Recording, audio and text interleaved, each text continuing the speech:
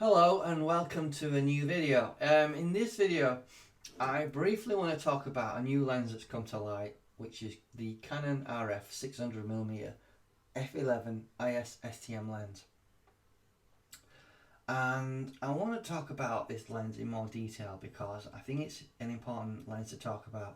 Now, I recently watched a review of a famous YouTuber on this lens. I want to give you my take on this.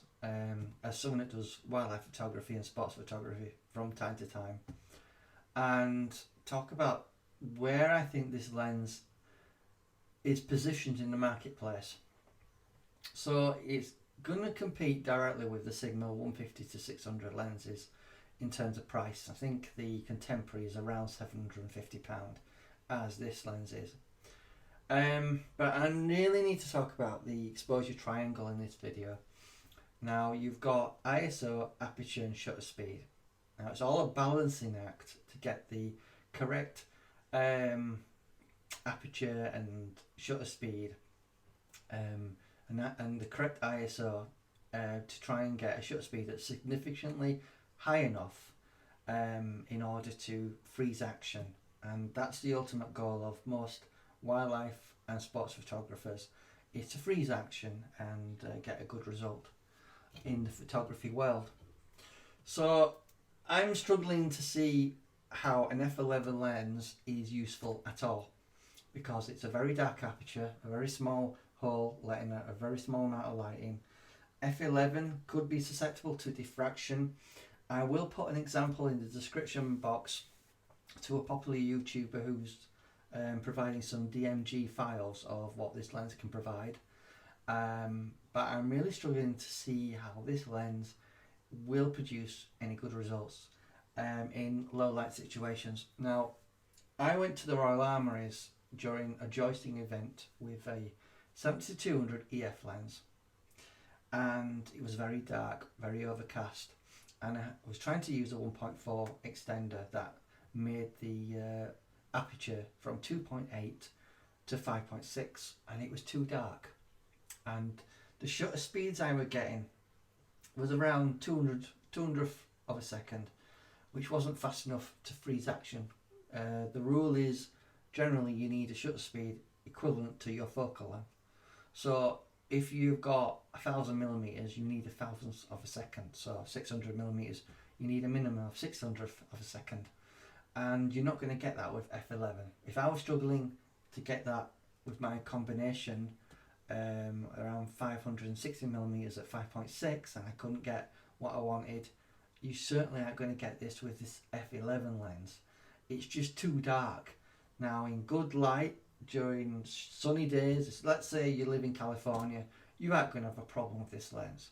However, if you live in Scandinavia, Europe, UK, any country that has bad weather in general, this lens isn't going to provide you with the results you want unless your subject matter is absolutely still. So for static subjects it'll be fine, but for moving objects, sports photography, wildlife photography, let's say, I don't know, sailing boats on the sea, forget about this lens. It's no good to you. Don't get me wrong, from the results I've seen, it's sharp, it's a good lens, good quality, don't get me wrong, but that aperture is a big sticking point. Price wise, it's comparable to the Sigma 150 to 600 and the Tamron G1. The G2 version is around the £1,000 mark. Personally, if I was advising someone, I'd go for the contemporary 150 to 600 with its 6.3 aperture, which is significantly lighter than F11. If you can afford it, get a better lens. You can always adapt EF lenses to the mirrorless R5 and R6 cameras. It's true, the new mirrorless cameras will have significantly better sensors. That means that ISO will be able to cope and be higher than, say, the SLR counterparts, but it does seem to me that Canon are starting to move away from the EF lenses and the EFL lenses and moving towards the new RF format. To me, this is just a money grabbing exercise, really. Just like the consoles, such as your PS3s, and then you have PS4s, and now I think the PS5s are coming out soon. And then they start supporting the older ones because the new ones are out, and they want to make money, obviously, off the newer machines. And it's the same is true with the mounts on cameras, But it will produce sharp imagery.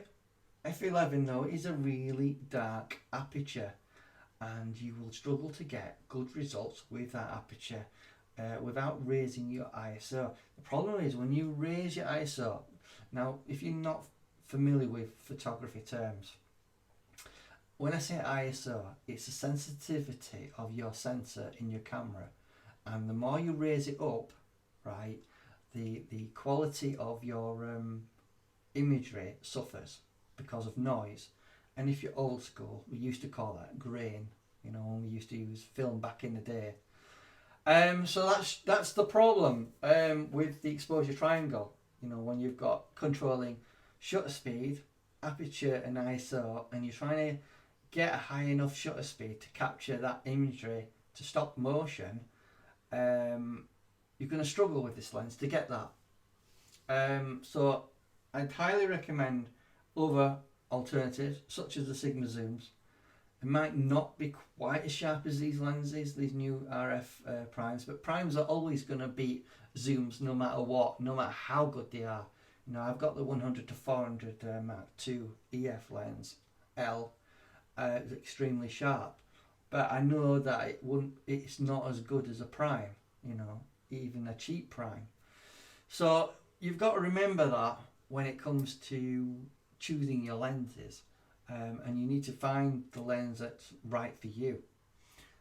Personally, if I was advising someone about getting a lens, it depends what you want to use it for, really. If you've not got a lot of money, I could understand why you might think this is an interesting lens to get. However, I would probably steer you towards the Sigma lenses, to be honest with you. Price point is pretty much the same.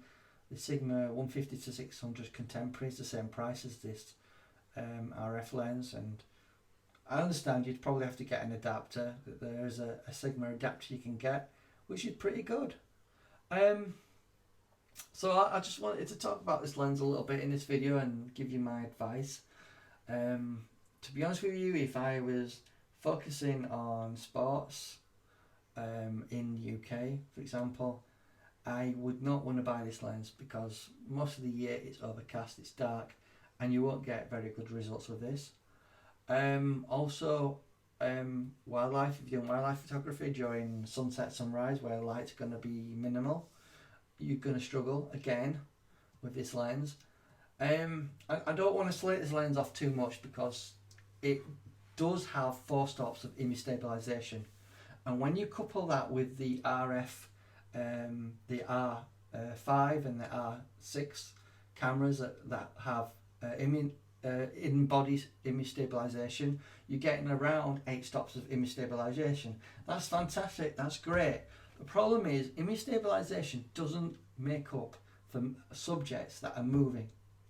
When it comes to subjects that are moving, cars moving, F1 cars driving at 90 miles an hour, you've got birds flying at say 30, 40 miles an hour, this lens can't compensate for that. And to stop that action, to get great imagery, you need fast shutter speeds. You need 600 of a second minimum to stop action with this sort of lens. So on a bright sunny day, it will be great, and it probably will perform and probably give you enough shutter speed to handle stopping motion. But on overcast days, forget about it. You're gonna need a 2.8 or an f4 lens minimum when it's a dark day.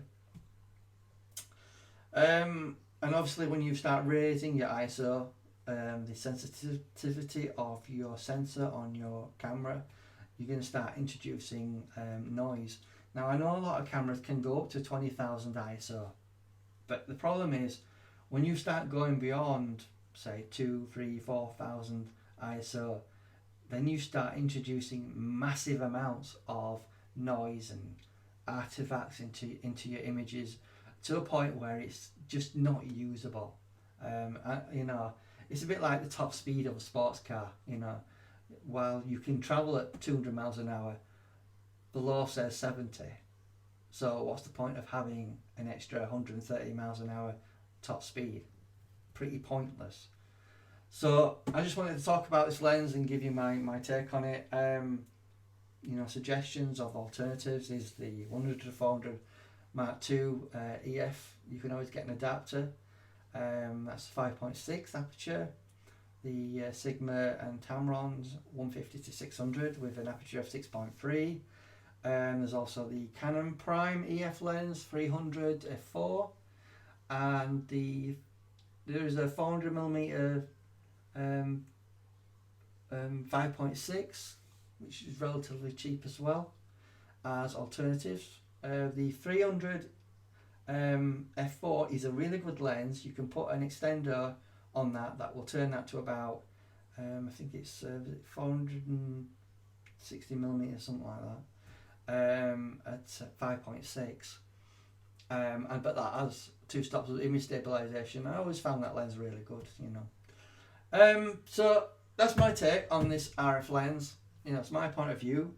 Take it or leave it. But yeah, I just think F11 is just too dark for a good Canon lens. I really don't know what Canon's thinking of.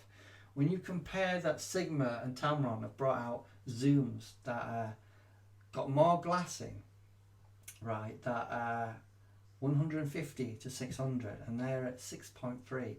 And then Canon brings out a prime lens, which means if it's got less glass, it uses less light. So in theory, you could probably have a 600mm prime that would be f4 and still be relatively cheap.